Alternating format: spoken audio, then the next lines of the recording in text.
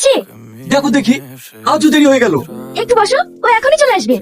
আর বসা রোজ রোজ। আরে বসো তো, রুটি খাও। তোমার পছন্দের জিনিস করেছি, কি গো?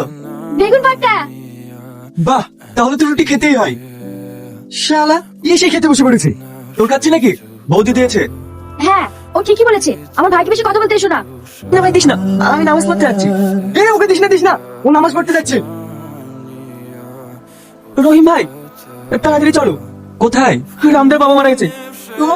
তুই কি বলছিস রে? হঠাৎ করে এইসব কি করে হলো? হার্ট অ্যাটাক করেছিল। কাঁদিস নি, আমরা আছি তো। একদিন সবাইকে চলে যেতে হবে। ওই দিকে সব ব্যবস্থা হয়ে গেছে? হ্যাঁ, রনি চিতা বুঝিয়ে দিয়েছে, কিন্তু থানের খরচটা রামদাকে।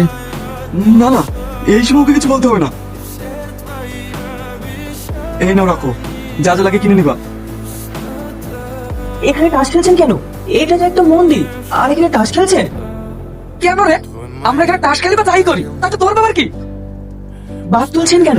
আর আমি খারাপ কি বললাম? আপনারা একটা পবিত্র স্থানে তাস খেলছেন, এটা তো ঠিক না। সালা বেশি জ্ঞান দিতে এসছে। ধর ওকে। বাড়িতে আছিস রাম? আর এমএলএ সাহেব আমার বাড়িতে? আসুন আসুন, ভিতরে আসুন। ওই গো, চেয়ার দুটো নিয়ে এসো।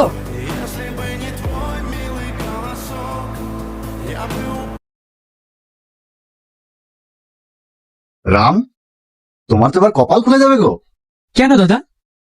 তোমাকে নিয়ে দল একটা ডিসিশন নিয়েছে রহিম। কি দাদা? তোমাকে উত্তরপাড়া থেকে আমাদের দল থেকে প্রার্থী ঘোষণা করা হয়েছে। না না দাদা, আমার দ্বারা ওসব রাজনীতি হবে না। তাছাড়া আমরা খেটে খাওয়া মানুষ, ওসব রাজনীতির মধ্যে আমরা জড়াতে চাই না।